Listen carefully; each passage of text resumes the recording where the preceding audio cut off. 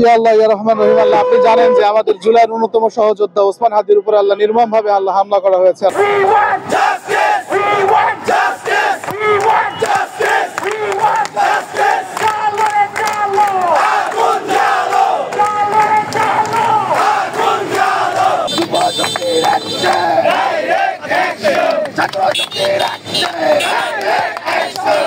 আপনারা ইতিমধ্যে অবগত আছেন 24-এর অভ্যুত্থানে অন্যতম সহযোদ্ধা আমাদের ওসমান হাদি ভাইকে কিভাবে গুলি করা হয়েছে।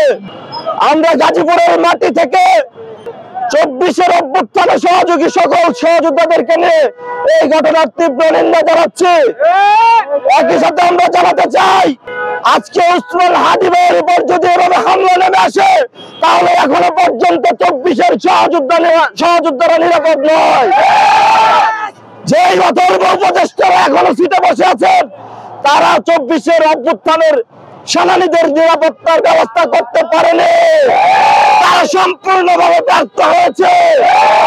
এই হাদি ভাই শুধুমাত্র একজন বিপ্লবী শুধু নয়, তারা আমাদের সহযোদ্ধা, সুতরাং তাদের নিরাপত্তা অবশ্যই নিশ্চিত করতে হবে। এই সহযোদ্ধারা জান দিয়ে আমাদের 24-এর অভ্যুত্থানে জান কুরবানি দিয়ে এই সরকারের লেজিটিমেসি দিয়েছে, সুতরাং তাদেরকে অবহেলা করা যাবে না। আমরা আরো স্পষ্টভাবে জানাতে চাই, এখনো শত্রুরা বসে থেকে নেই, তারা প্রত্যেকটা বিপ্লবীদেরকে টার্গেট করে করে হত্যার সিদ্ধান্ত নিয়েছে।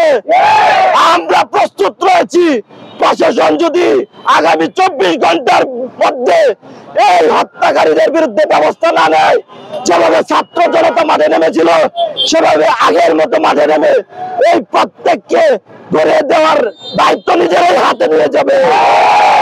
আমাদেরকে অবশ্যই এই যারা বিপ্লবীদেরকে হত্যা করতে চায় তাদের পরিচয় সামনে উপস্থাপন করতে হবে, প্রত্যেক সহযোদ্ধা নিরাপদ ব্যবস্থা করতে হবে।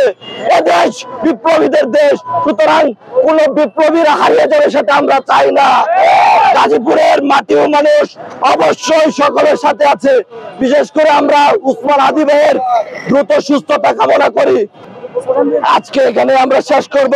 একই সাথে আমরা ওসমান ভাইয়ের জন্য এখানে দোয়া করে তারপর আমরা তার সুস্থতা কামনা করছি। ইয়া আল্লাহ ইয়া রহমান রহিম। আল্লাহ আপনি জানেন যে আমাদের জুলাইয়ের অন্যতম সহযোদ্ধা ওসমান হাদির উপর আল্লাহ নির্মমভাবে আল্লাহ হামলা করা হয়েছে। আল্লাহ তিনি জীবন মৃত্যুর একেবারে মুখোমুখি অবস্থান করছেন। আমরা আপনার কাছে আল্লাহ দোয়া করছি, আল্লাহ আপনি হাদিকে আমাদের মাঝে ফিরিয়ে দিন।